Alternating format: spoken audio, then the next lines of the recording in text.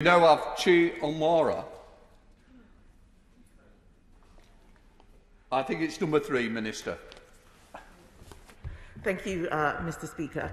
My first report on the disproportionate impact of COVID-19 on ethnic minority groups in October concluded that there is no evidence suggesting that ethnicity itself is a risk factor. Rather, the evidence suggests that a range of socio-economic and geographical factors, as well as pre-existing health conditions, largely explain the disparities. The report set out the range of measures government had put in place, as well as recommendations to target these risk factors, which we are carrying out across government and are working with stakeholders, including the British Medical Association and the Communities Advisory Group, specifically in relation to adult social care. Onwurah. Thank you, Mr. Speaker. The Disparities Impact Report did not say that race was not a factor. What it actually said was that data was not being collected.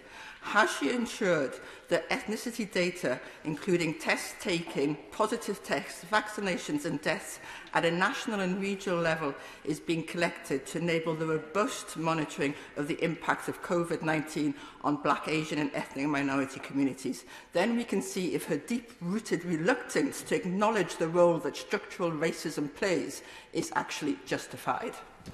Minister. I'm afraid the Honourable Lady seems to have completely misunderstood the report. I would encourage her to reread it.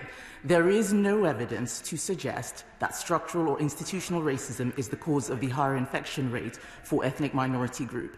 In fact, what we have seen is that data published by the Intensive Care National Audit and Research Centre shows that from September to December, the direct impacts of COVID-19 have improved for ethnic minorities overall in terms of the percentages of critically ill patients and deaths in England by ethnicity when compared with the first wave.